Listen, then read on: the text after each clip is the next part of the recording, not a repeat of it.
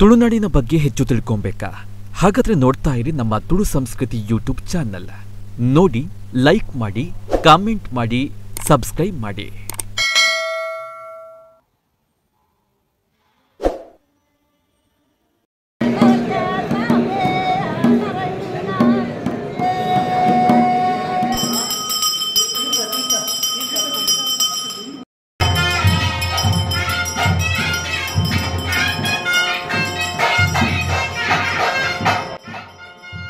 ಇಂದು ನಮ್ಮ ತುಳು ಸಂಸ್ಕೃತಿ ಯೂಟ್ಯೂಬ್ ಚಾನೆಲ್ನಲ್ಲಿ ತುಳುನಾಡಿನ ಸಪ್ತ ಜಾತ್ರೆಗಳಲ್ಲಿ ಒಂದಾದ ಪಿಲಿಕೋಲದ ಕುರಿತು ತಿಳಿಸಿಕೊಡುತ್ತಿದ್ದೇವೆ.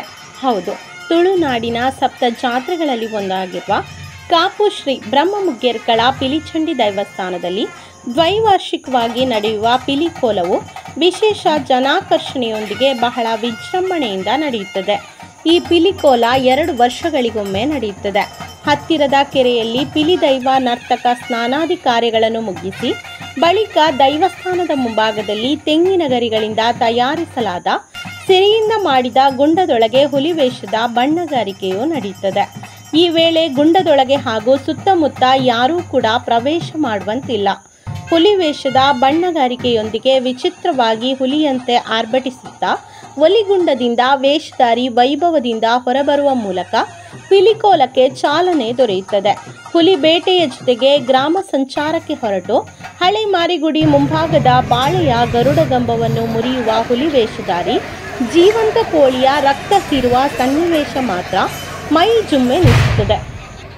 ಕಾಪು ಬ್ರಹ್ಮಮುಗ್ಗೇರ್ಕಳ ಹುಲಿಚಂಡಿ ದೇವಸ್ಥಾನದಲ್ಲಿ ಈ ಅವಧಿಯಲ್ಲಿ ಪಿಲಿಕೋಲ ಮಾತ್ರವಲ್ಲದೆ ಮುಗ್ಗೇರ್ಕಳ, ತನ್ನಿಮಾನಿಗ, ಬಬ್ಬರಿಯ, ಗುಳಿಗ ಹಾಗೂ ಪರಿವಾರ ದೈವಗಳ ನೇಮೋತ್ಸವವು ಕೂಡ ನಡೆಯುತ್ತದೆ. ಆದರೆ ಕೊನೆಯಲ್ಲಿ ನಡೆಯುವ ಪಿಲಿಕೋಲವನ್ನು ನೋಡಲು ಜನಸಾಗರವೇ ಹರಿದು ಬರುವುದು ವಿಶೇಷ. ಕಾಪು ಸೀಮೆ ಆಳುತ್ತಿದ್ದ ಬೈರರಸು ಅರಮನೆಯ ಪಂಜರದಲ್ಲಿ ಹುಲಿಯನ್ನು ಸಾಕುತ್ತಿದ್ದರು ಎಂಬ ಪ್ರತೀತಿ ಇದೆ.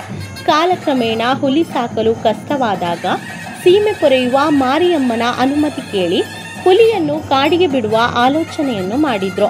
ನಂತರ ರಾತ್ರಿ ರಾಜನ ಕನಸಲ್ಲಿ ಬಂದ ಮಾರಿಯಮ್ಮ ಹುಲಿ ದೈವಾಂಶ ಸಂಭೂತವಾಗಿದ್ದು ದೇವಸ್ಥಾನದ ಬಲಭಾಗದಲ್ಲಿರುವ ಸ್ಥಳದಲ್ಲಿ ಹುಲಿಗಳಿಗೊಂದು ಆಲಯ ಕಟ್ಟಿಸಿ ಆರಾಧಿಸಲು ಸೂಚನೆ ನೀಡುತ್ತಾಳೆ. ಅದರಂತೆ ಪಿಲಿಭೂತವಾಗಿ ಆಚರಿಸಿಕೊಂಡು ಬರಲಾಗುತ್ತಿದೆ ಎಂಬುದು ಪೌರಾಣಿಕ ಹಿನ್ನೆಲೆ.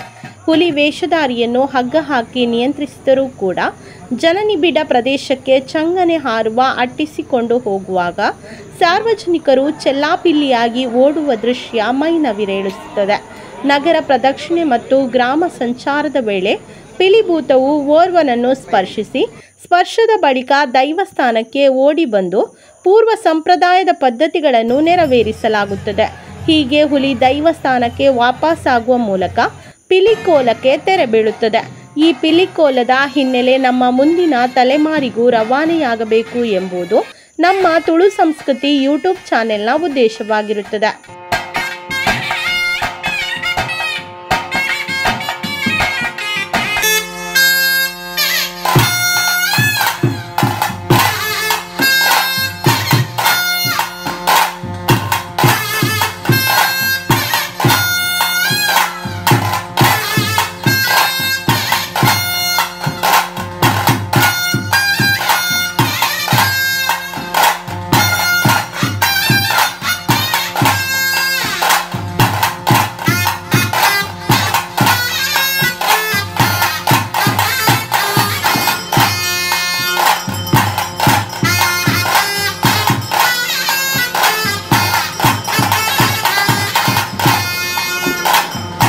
ತುಳು ಸಂಸ್ಕೃತಿ ಉಳಿಸಿ ಬೆಳೆಸಿ.